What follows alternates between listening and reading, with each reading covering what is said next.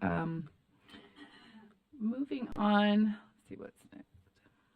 We had moved over or postponed the discussion on R277628 school libraries.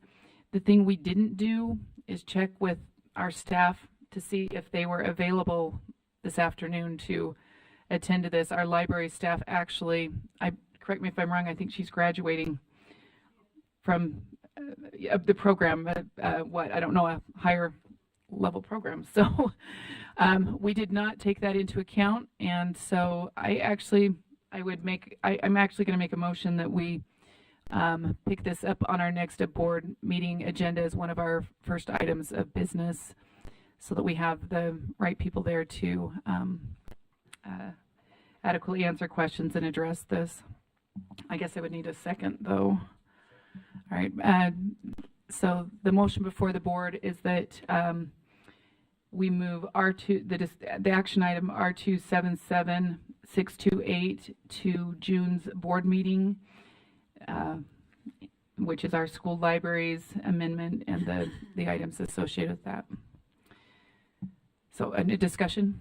Just a question, Yeah. I'm assuming that there's no time urgency on this then? I did ask that question today too with Patty. We want it out before July.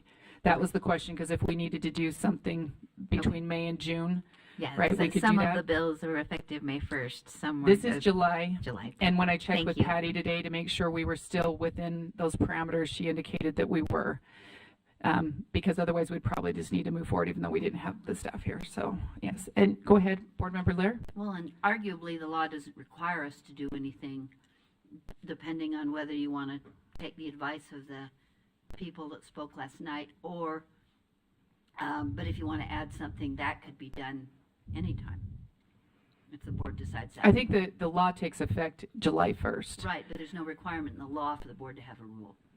But there is a requirement in the law for the board to Have do, guidance, to do things. which arguably has already been done. But just an aside, if we're going to put it off anyway, then we're putting it off. So Okay, we'll vote on that. So, okay, so the motion before the board is that we move agenda item 8, which is R277628. Oh, sorry, was there Sorry. someone online?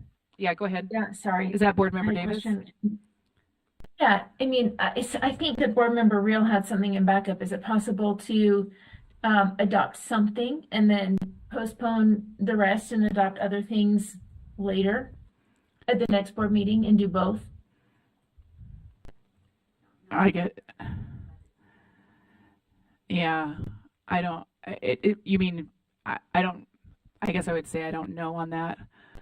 It would depend on whether we moved it forward or not. So.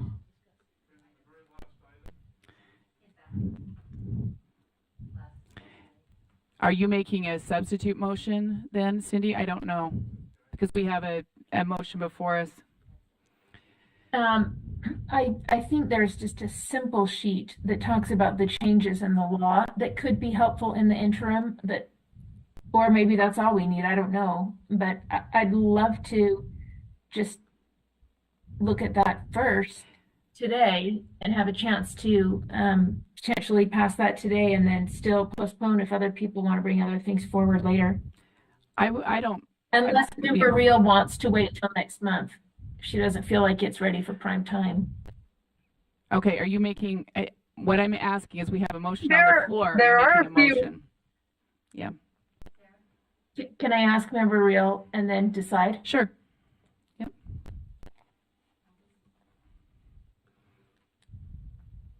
Member Reel, did you want to say something? Yeah, I'm here. Sorry about that. There are a few edits that we met this morning and worked through that I haven't been able to add to this, that Member Earl pointed out. And I think that Member Earl made a really good point, or Vice Chair Earl made a really good point about some of the other pieces that I had removed. This piece is more the part about the review and the requirements for the review.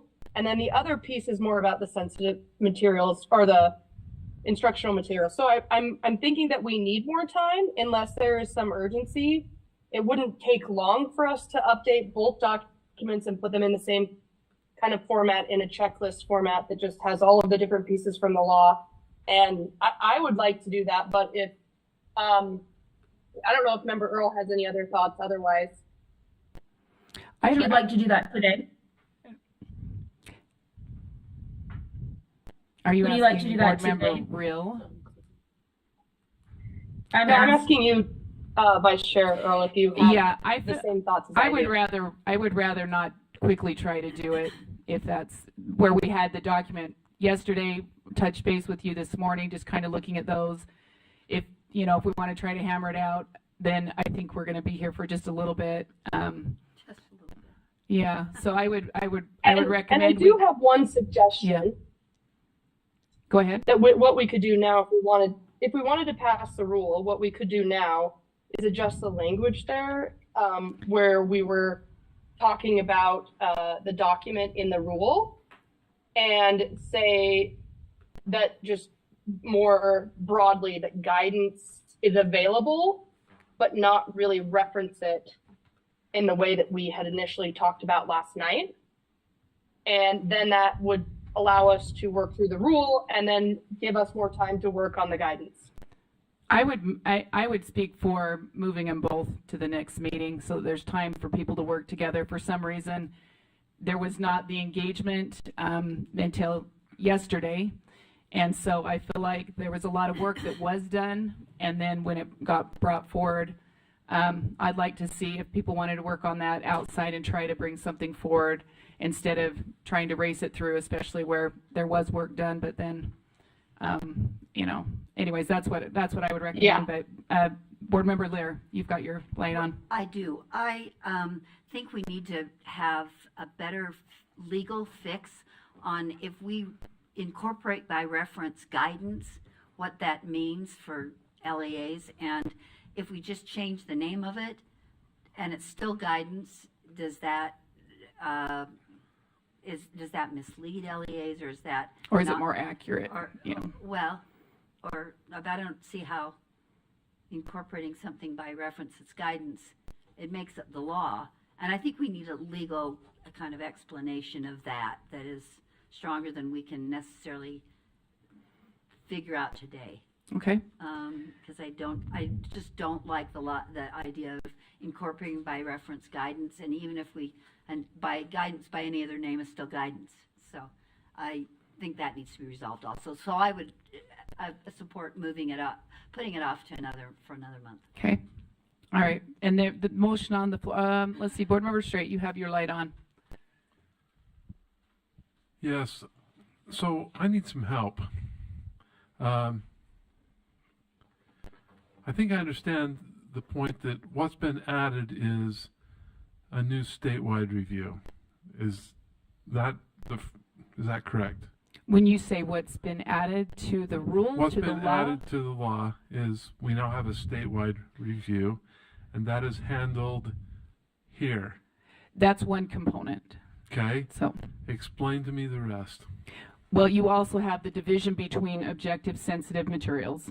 There's that Okay. clear, concise division there, right? Then you Which also, is the bright line, right? yes, the objective versus the Okay. sensitive, right?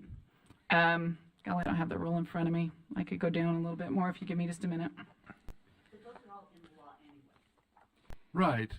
Right, then we have to receive information, right, from LEAs, and we have to make some determinations on that.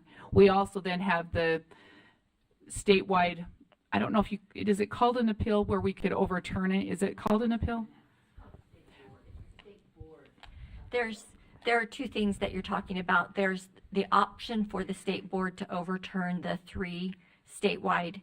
Yes. If there are 3 school districts, LEAs, or 1 LEA and 5 charter schools, then that book is supposed to be removed statewide, and you as board members can call that back and make a vote to make it so that it no longer is a statewide removal, and that LEAs can determine it themselves. And then there's also an option under 123 where a school or an individual who feels like a school district didn't follow their policy can ask for a review of the process that happened. So Right. it's not an appeal, it's a review of the process that happened. Which is what we had before. Correct. That one we had before, and that one's not changing. And then you have a series of changes to actual making up of policies. For example, who can challenge, they can't limit the challenges unless someone's unsuccessfully challenged 3 times. I mean, there's a variety of new mechanisms in the law itself. And that was some of the thought process, because each district does have their own things, but there's some things in here that are consistent now that weren't before, that were required by law. But Did you have another question? so by law, it's either overturned or it's not. There is nothing in between. It's correct?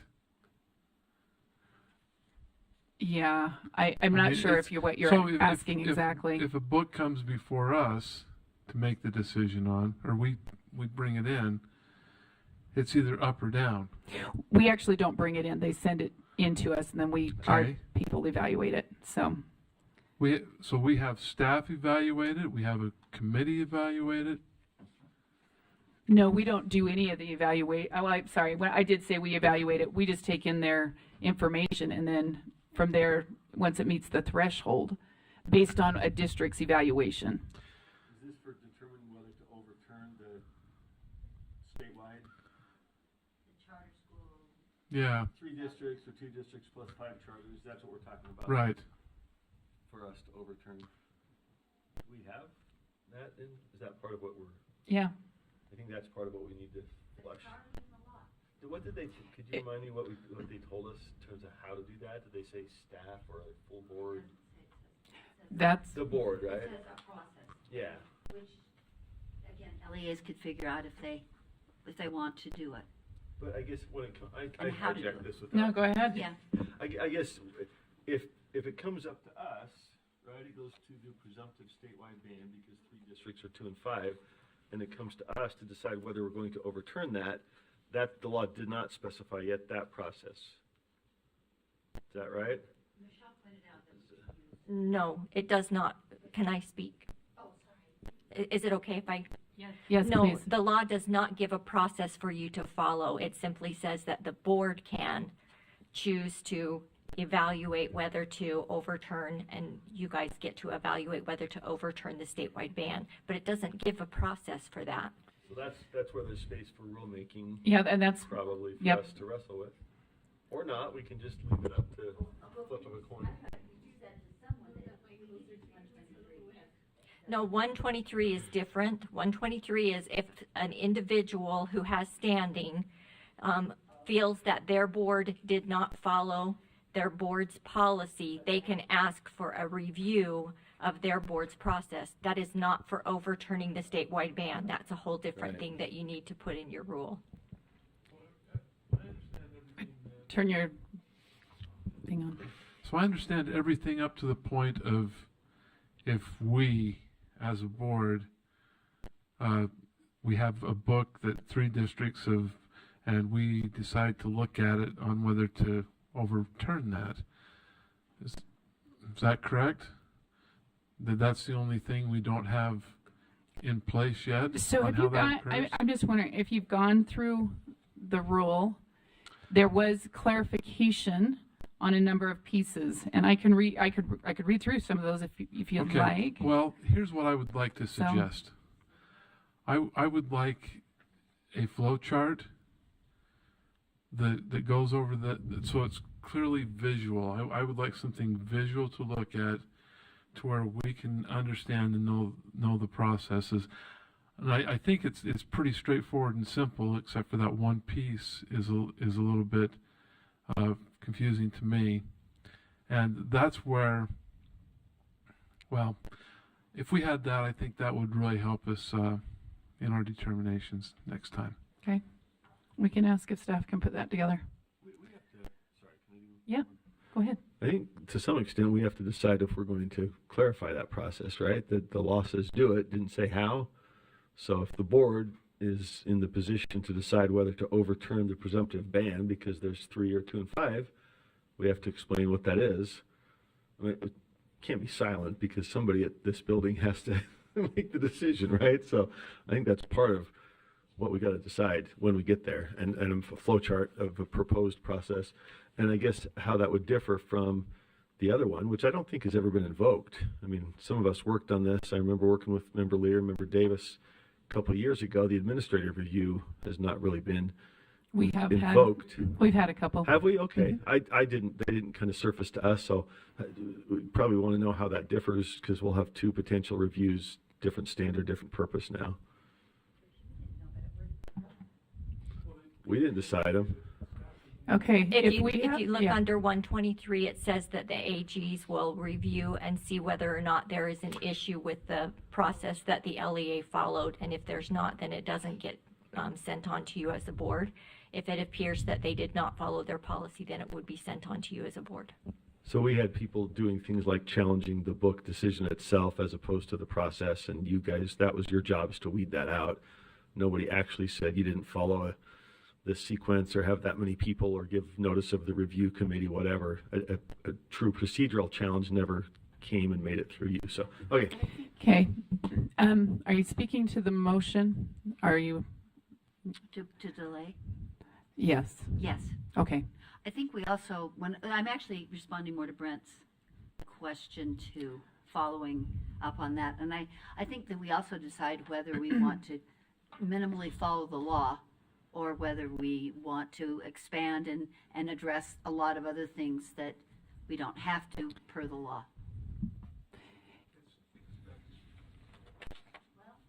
Well, yeah. And once again, if you want to meet with people and have a discussion about it, that's great. I think unless, I think the things that are in here, many of these are things that, well, anyways, if you can go back and listen to the Standards and Assessment Committee meeting, maybe you already did, but a couple of those were things that staff brought forward that they said we're seeing that these are areas where we want, and I'm just going to give you the example, the revisiting, the reviewing, and the reconsidering.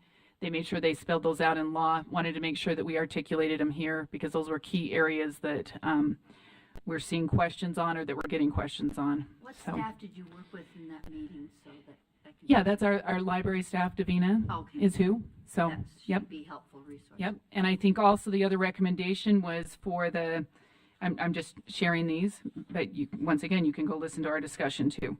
At least 2 designated people for the original, what is it? What's the name? Initial Objective Review Committee, right? If that's the right, objective sensitive materials, that it doesn't have to take 8 people, that a couple of people can look at that initial one and then move it on. So it's trying to create some simplicity for our districts on what that can be instead of just, one person or whatever. So there was quite a bit of dialogue about those items, but okay. The motion before the board is that the board move R277628. Sorry, I've had my hand up. Oh, I'm And so sorry, has Cindy. Jen I can't see you. Bronson. Okay, go It's ahead. okay, Dr. Johnson has had hers up as well, probably before me. Yes, go ahead. So do you want to wait till after she says something, Cindy? Sure. Okay, Yes. go ahead, Director Thronson. Thank you for the opportunity. Jennifer Thronson, Director of Teaching and Learning, and just adding to your conversation as you guys make a decision. Davina, as you all know, is at graduation, so I was like, I'll hit some things as just listening in. We already have that contest process for that local decision if people disagree, just as AG suggested. So that's already been in place for the last couple of years and seems to be working. The code does not require a rule on this, so it doesn't say the state board shall make rules. So just know that that is an option on the table, that a rule is not required. A lot of this can be guidance, like even those definitions of what does it mean for these terms, that can be in guidance to really help people understand the differences.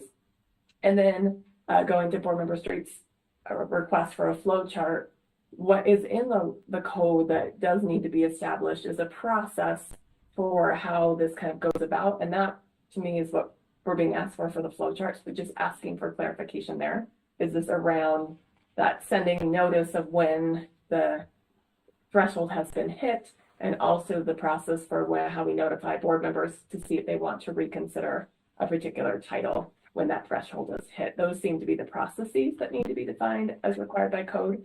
And I think a flow chart would make a really nice way to do that. And those could be brought forward to get to the points of the code that we have not addressed specifically yet. And also, I mean, we have to collect in, there's a lot of questions coming in on receiving the information from districts, right? And what that looks like, what they have to do. So that's why that's sitting in here as well, is that it's not just, it'll just happen kind of a thing, that there needs to be some process. So there's not, I think it doesn't put our staff at risk. I think it also doesn't put us at risk or others for not following some kind of a process. So, yeah. Okay, well, I guess that it doesn't matter. I don't think that's the case. So, okay, so then I guess we don't need any, it just makes it sound like we don't need any process or any order, and I don't think that's the case. So, well, okay. Any other comment? Let's see, Cindy Davis, Board Member Davis, you had a comment? Yeah, I did. Thank you. I mean, speaking to the motion, I'm okay to postpone. I think when we come back, I don't know that we necessarily need a rule, but I think what I heard one of you say, one of your schools said, which sounds really smart to me, is a short 1 to 2 page sheet, if you will, that just only goes through the changes from what was added, what was deleted, or what was altered from the other rule to the new rule.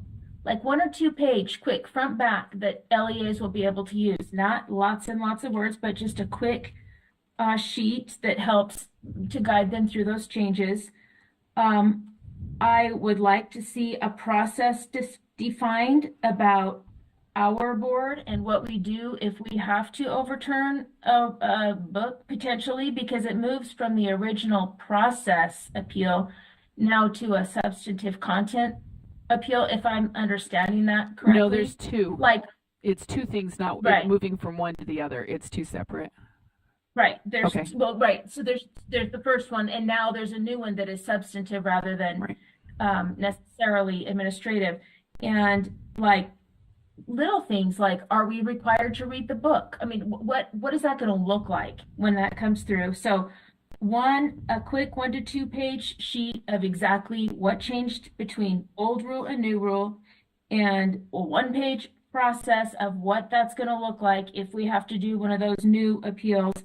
And then personally, and I know this will be debatable and we can do it offline after this meeting, but you know, a lot of people were using our old model policy. We got rid of the requirement in the rule for it, but I would personally love to see that model policy updated to meet all the requirements of the new code. And I know that one will be debatable, but those are the 3 things I would love to see in the interim, and I'll support the motion to postpone. Thank you. I just want to weigh in on the model policy, which you can do. I spent significant amount of time looking at our model policy, the new rule, several other rules, and if you want to spend the time for that, I think it's not a well-spent time, and the reason why is because everybody has different mechanisms depending on where they're at. If they're in a small rural district, they've established it differently. If they're in a large district like Davis School District, they have different mechanisms, right, and different ways they've established that. And I think it will be a very long, lengthy time. But if we want to have our staff use their time there, we can do that. I think time is better spent, and that's why we shifted from model policy to guidance. Just what is it that's required, right? And that's what the intent of that was, is what is required here, instead of trying to articulate all the different provisions that, you know, in a model policy that no one has to use as we articulated before, nor I don't know how many did actually use it, right? So okay, well, great. Then Carol, we'll put you on to, I'm personally not going to work on a model policy, but I think it would be great if some of you did, because it's really not, I think it's not a good use of time, but Okay, either Board Member Straight.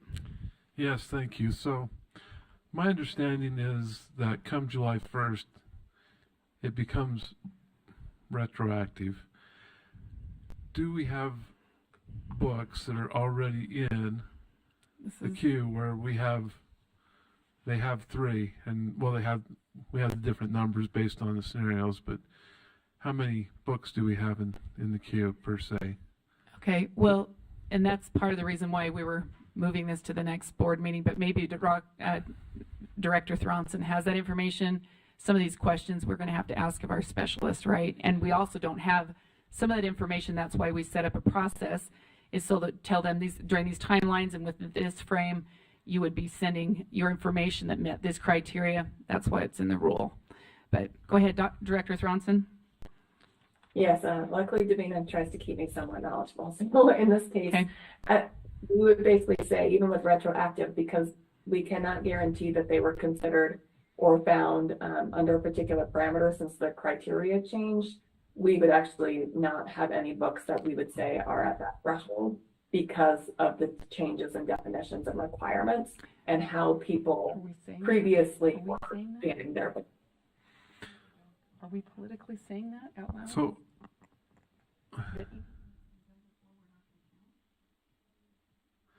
that's not the perception. Make sure I understood what was just said. You're saying there's no books that have been done before that we're going to consider as meeting the threshold. Are we We not? don't have We're enough not getting to evidence there. that they were criteria, like the criteria used matches to be able to align to say, we have 25 titles that have 3 districts or more that have challenged them, but we don't necessarily know that what they went under the objective or the subjective criteria, because that was not a requirement in the previous So in that, edition of law. yeah, and that's why there's pieces of this spelled out in this rule for that very purpose. I think we're going to run into some. That's not the perception out in the community that I hear.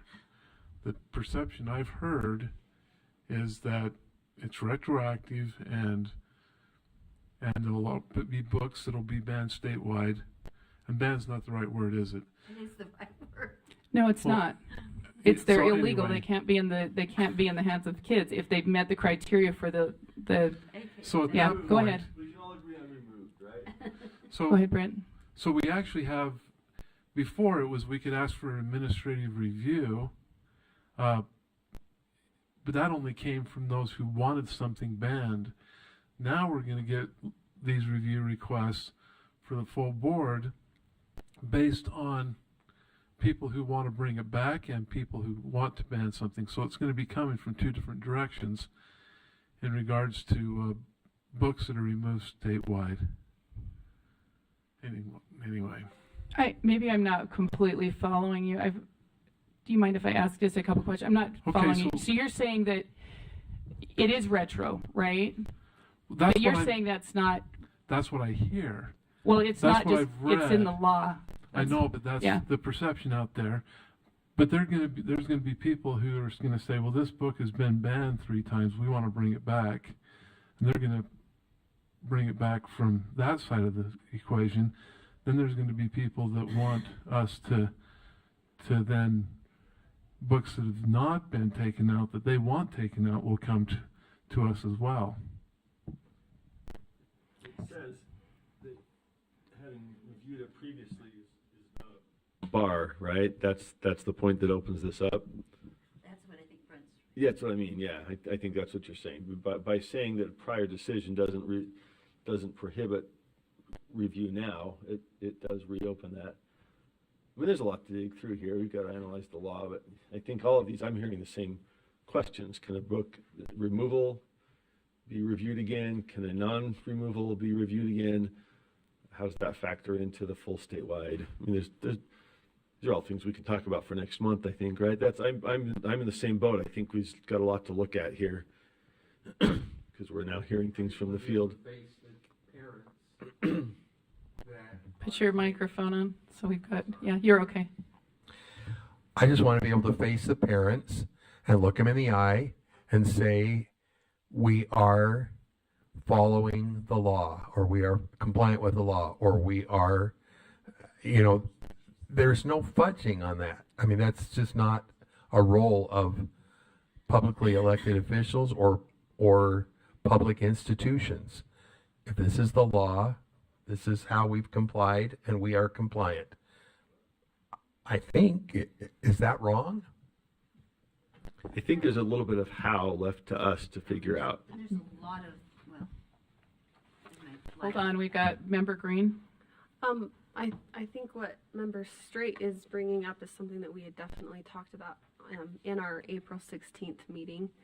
We were talking about when and how many times an appeal can happen, because we discussed how it can just ping pong back and forth, never ending. Yeah.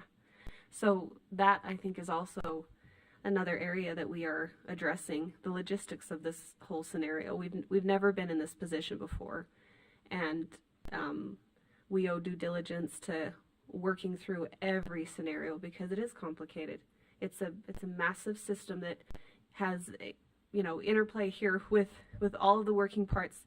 Every school, every student, every library, every vendor, every receiver, every librarian. I mean, the list is very expansive. And so, anyway. But back to the motion, I would support moving that forward. Okay, thank you. Board Member Laird, did you have a comment? Yeah, I did. I think another thing somebody has to figure out, because it will be our job, the board's job to enforce it, is the way the law is written. It's not clear if 3 districts banned something last year and 2 districts banned, or 3 and 5 charter schools banned it this year and 3 banned it the next year. Does that mean that it is on the banned list for the whole? Are you saying it's based on yearly and not just an overall ban? No, it doesn't say that. It just says if 2 districts and 5 charter schools, and it doesn't tell you in which year. So is it a serial kind of thing? Well, Board Member Laird, I think you're just arguing for a rule. Actually, it does. I'm saying if we're gonna. Actually, it does say that. It says regardless of whether the sensitive material determination occurs in the same academic year. Right, but it means, So- but it doesn't tell you, so it just means you have to keep. Correct. It Go- says it doesn't matter that they occurred in the same academic year, so you would have to keep a running list. You keep a running list and all of a sudden ban something, I guess. Well, it's not all of a sudden. It's After 3 years. it's a confirmation that it is sensitive materials is what it is, a confirmation. Well, or banned So- materials, as the case may be. I'm Yeah. just saying, I just think that if we start interpreting those things in the rule, it's gonna be an awfully long rule. Well, I think to provide no guidance would not be wise either. I think there's some sound guidance we can provide. Guidance or So, yes, both, yes. as long as it's guidance. Okay. Are there any other discussion to the motion? Go ahead, Board Member Straight. We'll take what everybody. This will be it. Okay. What? Everyone. So. then For we'll me move. anyway, anyone else can Okay. speak, but, so, I still believe that there's leeway in the law to put us in a better situation in making these decisions. In regards to, I still think there needs to be a category of restriction. We know what removal is, and we know that's an objective standard, but I still think we need to have more flexibility, and I think the law gives us enough latitude. They left it in our hands to determine if it could be returned or not. And I think we're putting ourselves in a situation where we need that flexibility, and perhaps the districts do as well, but that's theirs to determine. So, for example,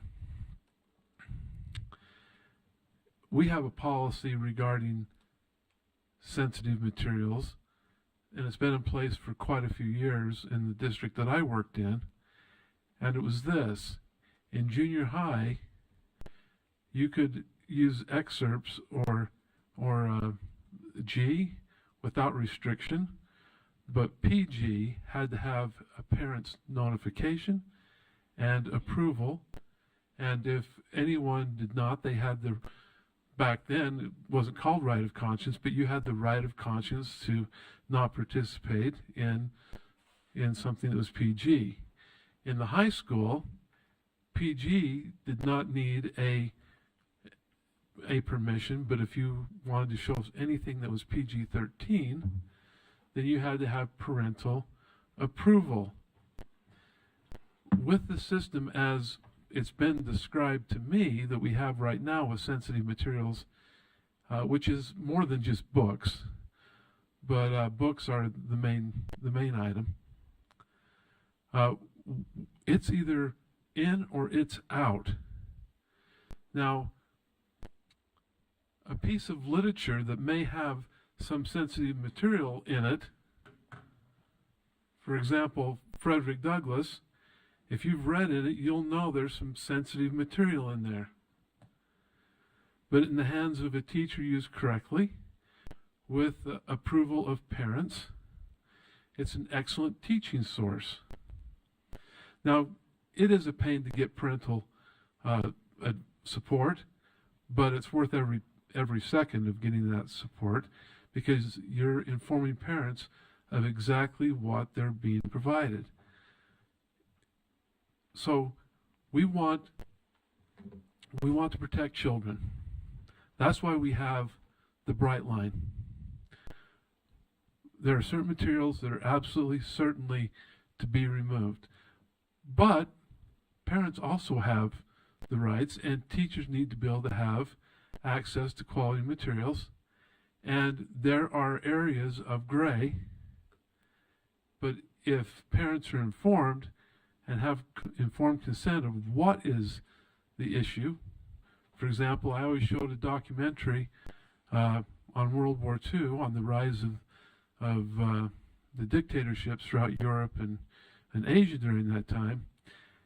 And there was a section of the film that I did not show the students, but even at that, its rating was such that it was equal to PG-13, so I had to get approval from first my administrator and then secondly parents. We have no middle ground of how to allow that to happen, because what happens now, if I'm a teacher, I'm not showing that at all, okay? Because my administration may not back me up on it, even though it's quality instructional material.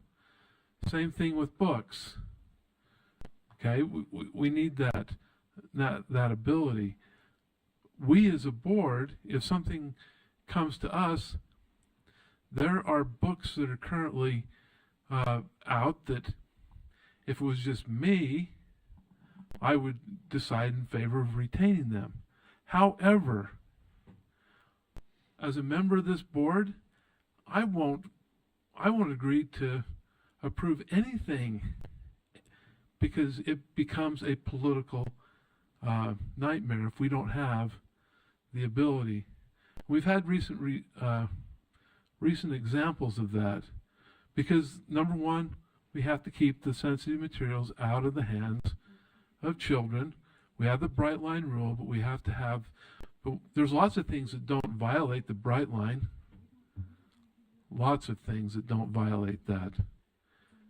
Anyway, I got on a little bit of a soapbox there, but I think the law does give us some flexibility. And I would say this, just in answer to that the law clearly is trying to clearly define what should be out, not clearly defining what should be in. And the flexibility you're asking for is the LEA's initiative to address what should be in whatever capacity they want. They can call it retained, they can call it whatever they want. That's not where, I guess in my view, that's not where the state board should be going in the middle ground area. The law clearly articulates provisions for objective sensitive materials and subjective sensitive materials, and those are the objectives for taking it out, not the middle ground. The middle ground is something that a district, right? I think a lot of the districts have a retained with provisions. We were never asked, the law does not address that, and there's a reason why. They're trying to get to the things that should be not in the hands of children, because they are not, they are either harmful or whatever for children. Harmful to minors is the term that's often used. if we want to get into that, we can. I feel like that really is the local district's decision on those things that are the middle ground, not on the clearly defined items. That would be true if it wasn't for the fact that we have districts in that area. Some are retaining, some aren't. And if you hit 3, then it doesn't matter how many retained. Now they're told that it's banned all the way across. I think that's where we possibly can step in. Plus, when I say something's restricted, that means that a student cannot get that material, but the parent can. So that's where I think we need to strengthen this. And I do think that if you're going to do a statewide removal, that's the right word, a statewide removal, there may be 30 districts that have went over the same review and retained, but 3 districts that went over and removed.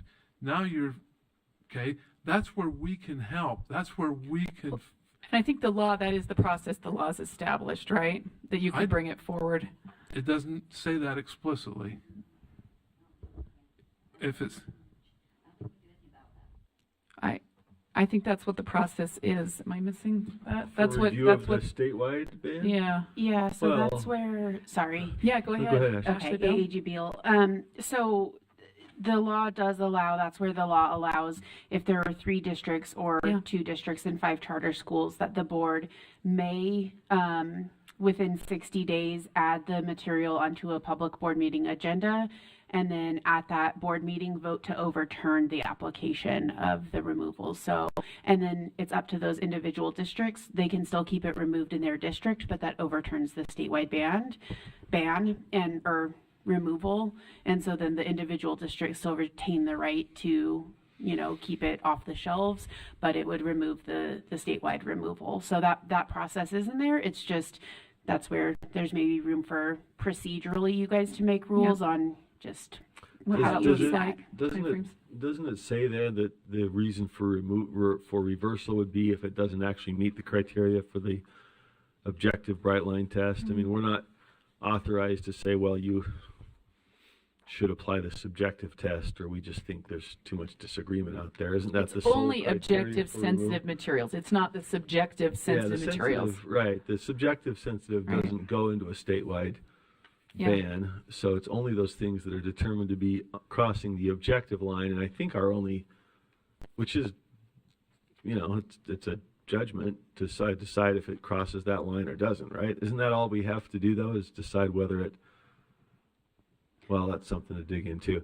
I think can't, it I don't think they actually- let us to decide, well, we just blow off the standard. I think it's a question of whether we believe the standard was correctly applied, is it not? It doesn't delineate between objective or subjective standard. It's just when it hits the 3 removals that you guys can step in to review it. Oh, I thought it was only for objective. Well, Okay, only for objective. Why the state board can change the law. it doesn't tell Yeah, us but I just- It doesn't specifically. give you a reason why the state board can overturn it. It doesn't say you can overturn it if you find that it was not objective. It just says that you can vote to overturn it. It does No not give a reason standards why. okay, interesting. Well, interesting. I know when we did our focus groups last summer and went in there, we had about 35 on which there were differences of decision that I think we tried to go through and, just asked people to look at it and say, hey, take another look. So some of those I assume will bubble up. All right, I'm just, Okay. thank Any you. other, anybody online? Final comments? We're ready to take a vote? Okay. All right, the motion before the board is that the board move R277628 the sensitive materials rule. And do I need to say the contents, or do I have an official? What did we say before?